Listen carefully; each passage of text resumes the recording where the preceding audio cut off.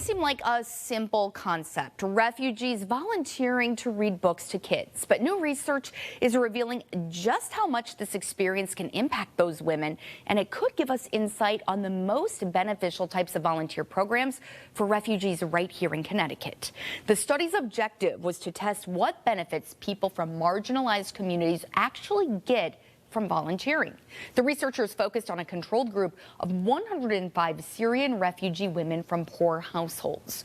They were living in Jordan and part of a program called We Love Reading, which trains volunteers to read aloud to children. So it allowed us to kind of like think a little bit about why and how volunteering programs actually work, which is a lesson for the world. Dr. Catherine Panter-Brick, professor of anthropology at Yale, authored the study published in the journal Social Science and Medicine.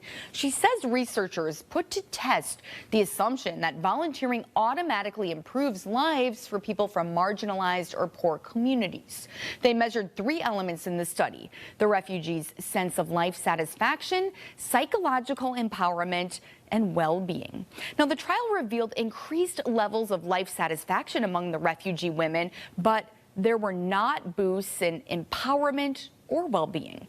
Dr. Panter-Brick says this could be because people are still ensnared in social structures that severely limit their opportunities to feel empowered.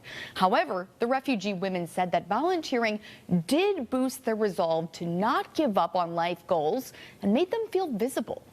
The thing that really moved me the most was when women defined empowerment as proof of their existence, meaning they were visible in the community, left their homes, and were able to volunteer for, cleaning the parks or serving in a food kitchen or that kind of thing.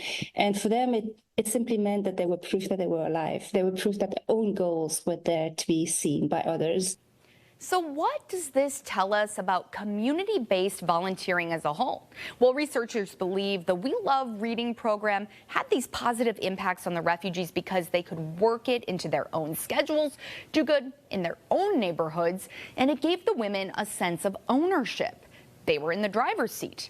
Now, they say that contrasts to many top-down volunteer programs run by the government or NGOs that ask people to leave the house and work for the needs of larger society with minimal compensation. The take-home message here is that certain volunteer programs may be more beneficial than others, and we need to be careful about our assumptions. That also has implications for refugees living here in Connecticut.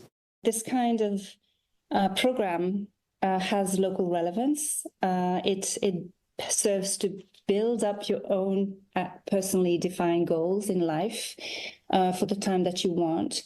It serves to build community. It's simple and low cost to put together. It gives people the ability to do what they need to do and voice their own expression. The researchers will be bringing these findings to an upcoming conference at Yale.